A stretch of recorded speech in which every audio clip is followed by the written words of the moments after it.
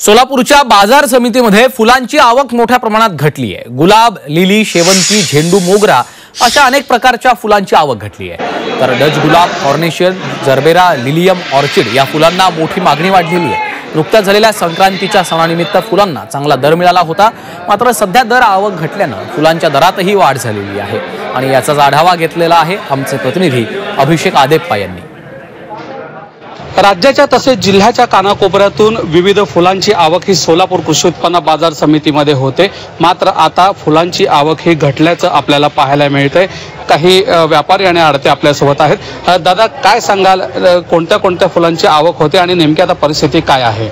इथं सध्या आवक होते झेंडू, शेवंती, गुलछडी, गुलाब वगैरे या फुलांची आवक खूप भरपूर होते, पण थोडं वातावरणामुळे कधी कमी जास्त होते आणि भावाचं कमी जास्त होतो। आता थोडं आमोशा वगैरे असल्यामुळे थोडं 2 दिवस झालं भाव वाढलेत, पण गेले 15 दिवस जरा भाव कमी होते। आता इथं उन्हाळा सुरू व्हायला लागल्यापासून परत भाव वाढतील आणि फुलांची आवक कमी होईल।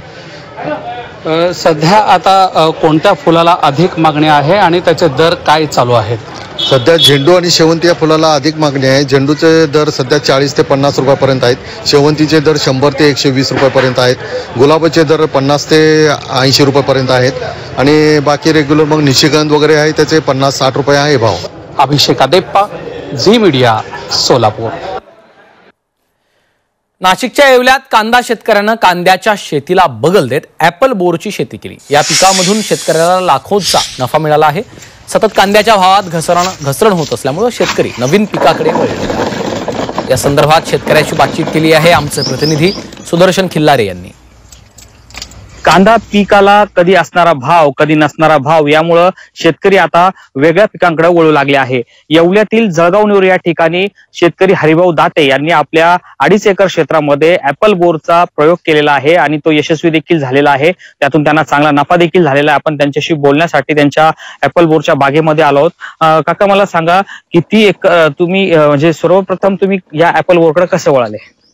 कांदा पिकाचे पैसे होत नव्हते, खर्च होऊन जायचा, बेभरोसे भाव राहायचे, त्याच्यामुळे मी कांदा पीक कॅन्सल केलंय आणि मग बोरीकडे वळालोय। किती एकर बाग लावलेली आहे तुम्ही आता, किती खर्च आला होता तुम्हाला सुरुवातीला? मी 2.5 एकर बोरीचा बाग लावलेला आहे, मला 3 लाख रुपये खर्च आला होता। आणि आतापर्यंत किती माल विकून झालाय, किती उत्पन्न मिळालं? आतापर्यंत माझा 1500 कॅरेट माल विकला, 3000 कॅरेट माल विकला, 15 लाख रुपये झाले मला आतापर्यंत। आणि किती अजून उत्पन्न निघेल अशी अपेक्षा आहे तुम्हाला? अजून 5-1 लाख रुपये उत्पन्न निघेल अशी अपेक्षा आहे। सुदर्शन खिल्लारे, झी मीडिया, येवला। साताऱ्यातील महाबळेश्वरच्या स्ट्रॉबेरीला बाहेरच्या राज्यात मागणी वाढली आहे, त्यामुळे अजीजभाई मुजावर या शेतकऱ्यानं एक्सपोर्ट क्वालिटीची स्ट्रॉबेरीचं उत्पादन घेतलं। इटलीमधून स्ट्रॉबेरीची रोपं मागून त्यापासून अनेक रोपं त्यांनी बनवली आहेत। त्यानंतर ती रोपं विकून त्यातूनही शेतकरी चांगले पैसे कमावत आहेत। यासोबतच हे इतर पीक घेऊनही चांगला नफा कमावत आहेत। या संदर्भात शेतकऱ्याशी बातचीत केली आहे आमचे प्रतिनिधी तुषार तपासे यांनी। साताऱ्यातील महाबळेश्वर भागात जी पिकणारी स्ट्रॉबेरी आहे ती खरं तर आता परराज्यात सुद्धा जायला लागलेली आहे। एक्सपोर्ट क्वालिटीची चांगल्या पद्धतीची स्ट्रॉबेरी या ठिकाणी पिकवली जाते। तुम्ही पाहू शकता या ठिकाणी आता ह्या स्ट्रॉबेरीचा सगळा तोडा झालेला आहे। ही तोडून आज सकाळी आता या ठिकाणी याचं पॅकिंग केलं जात आहे। शेतकरी आहेत ज्यांच्या ह्या स्ट्रॉबेरीचं एक्सपोर्ट क्वालिटीची स्ट्रॉबेरी ते पिकवतात। चाचा, काय सांगाल, कशा पद्धतीनं हे कुठल्या जातीचे स्ट्रॉबेरी आहे आणि हे याची रोपं कुठून आणली आणि कसं सांगाल याच्याबद्दल काय माहिती? ही रोपं इटलीहून आम्ही मागवलेली आहेत। सर्वसाधारण जून महिन्यात ही आम्ही लावतो आणि या ठिकाणी शेताची व्यवस्थित चांगल्या प्रकारे मशागत करून त्या बेड टाकून त्याच्यावरती लावली जाते।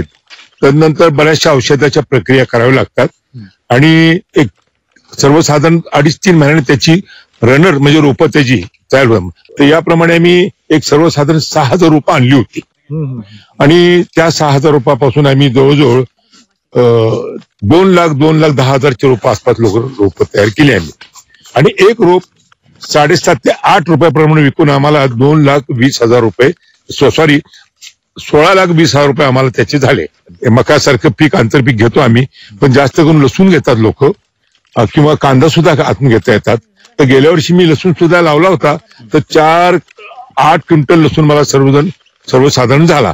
आणि तो 400 रुपयाप्रमाणे मला सर्वसाधारण केला आणि त्यापासून मला वेगळेच असे 3,20,000 रुपये सापडले, कारण गेल्या वर्षी भाव 400 ते 500 रुपये हा लसणाला होता. व्हिडिओ जर्नलिस्ट अनुराग दिवरसह तुषार तपासे, झी मीडिया, सातारा. अकोल्याच्या खडका गावातील गजानन डाबेराव या शेतकऱ्यानं 11 वर्षांपूर्वी बटेर पालन आणि कडकनाथ कोंबडे पालनाचा पोल्ट्री व्यवसाय सुरू केला. यातून त्यांना आज वर्षाला लाखो रुपयांचा नफा मिळतोय. याआधी त्यांच्याकडे 2 एकर कोरडवाहू शेती होती, मात्र शेतीतून पुरेसं उत्पन्न येण्याची शाश्वती नसल्याने ते या व्यवसायाकडे वळले आहेत. सर्व पक्षी आम्ही एकत्रित करून या ठिकाणी ठेवतो आणि ज्या शेतकऱ्यांना जे पक्षी पाहिजेत ते शेतकऱ्यांना आम्ही पुरवतो आणि त्यांच्या रोजगारात कशी भर पडेल त्या माध्यमातून आम्ही काम करतो आणि स्वतःचा रोजगार सुद्धा आम्ही या माध्यमातून वाढवलेला आहे. वार्षिक उत्पन्न 3.5 ते 4 लाख रुपये निघते.